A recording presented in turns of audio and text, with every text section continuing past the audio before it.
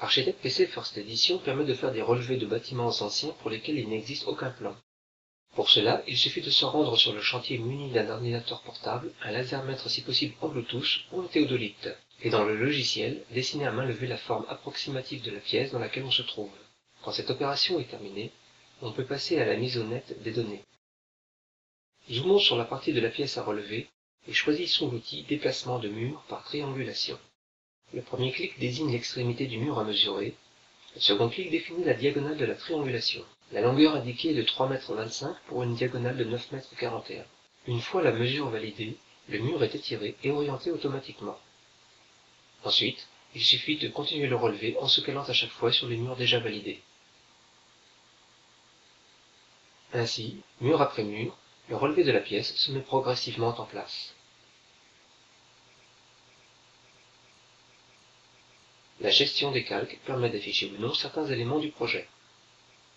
En cachant provisoirement les calques contenant la cotation des murs, nous pourrons traiter le relevé des portes et des fenêtres. Comme pour le relevé de la pièce, commençons par placer des ouvertures à main levée sans se préoccuper ni de leur emplacement précis, ni de leur dimension. 2 clics déterminent chaque ouverture.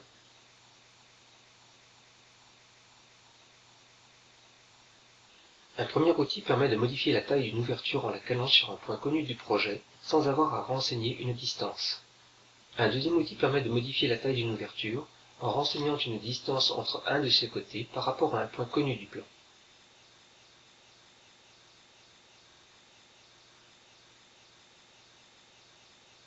Un troisième outil permet de déplacer une ouverture par rapport à un point connu du plan. Ces opérations auraient pu tout aussi bien être faites à partir d'une même position, celle d'un lasermètre placé sur un trépied.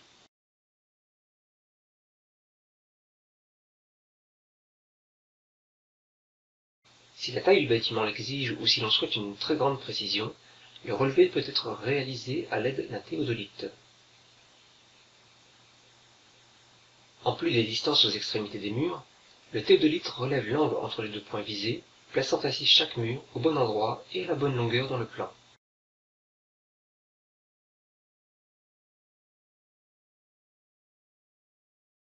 Les valeurs que l'on voit ici entrer manuellement peuvent aussi être directement envoyées en Bluetooth du théodolite à l'ordinateur.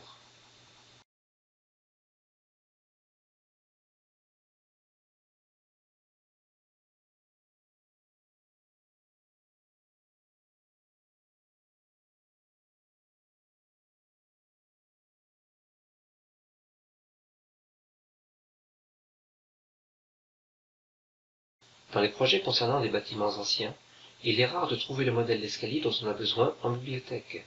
C'est pourquoi l'option relevé de chantier propose des outils permettant de créer vos propres modèles d'escalier. Le modèle est créé en s'appuyant sur le tracé de la cage d'escalier qui aura été préalablement relevé.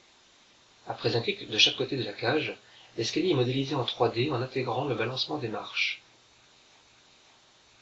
Mais une fois modélisé, l'escalier peut encore subir bien des modifications. Si les modifications concernent les marches, on peut soit faire recalculer l'ensemble de l'escalier, comme c'est le cas ici,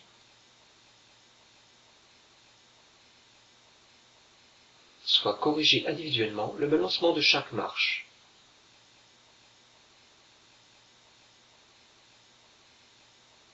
Une fois l'escalier terminé, on peut encore choisir le garde-corps qu'on veut lui associer, et en régler naturellement tous les paramètres.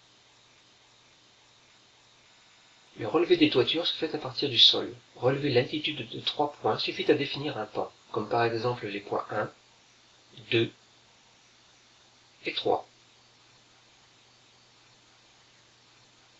L'opération consiste alors à tracer la géométrie du pan de toit en s'appuyant sur celle des murs et renseigner l'altitude de chacun des points définissant le plan de toit et donc sa pente.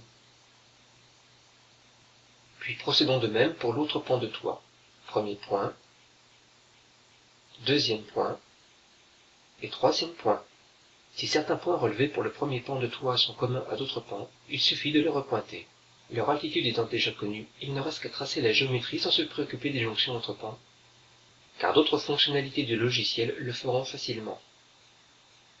L'outil de projection d'un pan vers un autre permet notamment de former automatiquement le faîtage. Il est également possible de générer les débords extérieurs de la toiture, bien que le relevé ait été réalisé à l'intérieur du bâtiment.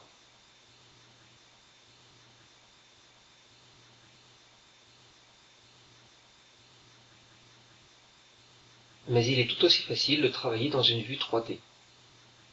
Dans le cas présent, les 3 points de référence sont connus.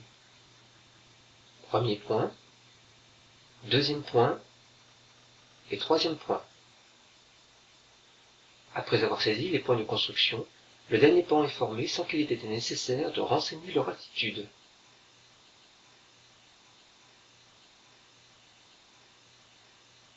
Architect PC First Edition permet aussi de dessiner des charpentes. Il peut s'agir de charpentes traditionnelles assemblées, dessinées à partir d'objets existants en bibliothèque, ou directement modélisées en 3D sur une coupe, tel un charpentier traçant une épure dans son atelier. Il peut également s'agir de charpentes traditionnelles, composées de pannes et de chevrons calquinés en fonction des données du charpentier et de la géométrie du toit. Ouvrons la bibliothèque d'objets pour y choisir les chevrons, régler leur section et définir un point d'accroche pour leur mise en place. Un simple clic sur la toiture concernée permet alors de commencer le chevronnage. Choisissons l'intervalle entre chevrons. Suivant l'emplacement du premier et du dernier chevron, on a le choix de recalculer l'intervalle entre chevrons soit pour un intervalle identique, soit garder l'intervalle de départ et forcer le dernier chevron pour l'espace restant. Les toits suivants seront traités de la même façon. Les paramètres calculés pour le premier toit sont automatiquement proposés pour les toits suivants. Il suffit de les valider pour qu'ils soient affectés au toit, ou les recalculer si le projet le nécessite.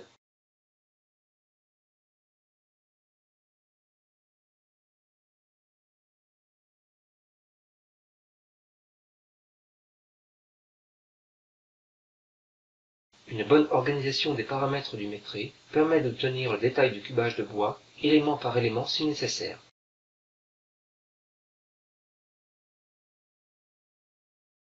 Les éléments de la bibliothèque peuvent également être positionnés au coup par coup,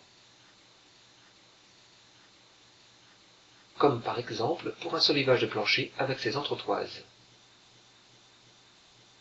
Plaçons maintenant des ouvertures de toit. Comme la quasi-totalité des éléments constitutifs d'un projet, les ouvertures de toit se trouvent dans la bibliothèque d'objets. Elles sont paramétrées aux dimensions souhaitées par le concepteur du projet. Et un simple clic sur le toit les met en place en reprenant la pente et en y créant l'ouverture. Les côtés de l'ouverture pourront être définis verticalement, horizontalement et perpendiculairement à la pente. Enfin, les chevêtres seront eux aussi créés automatiquement s'ils ont été dessinés au préalable.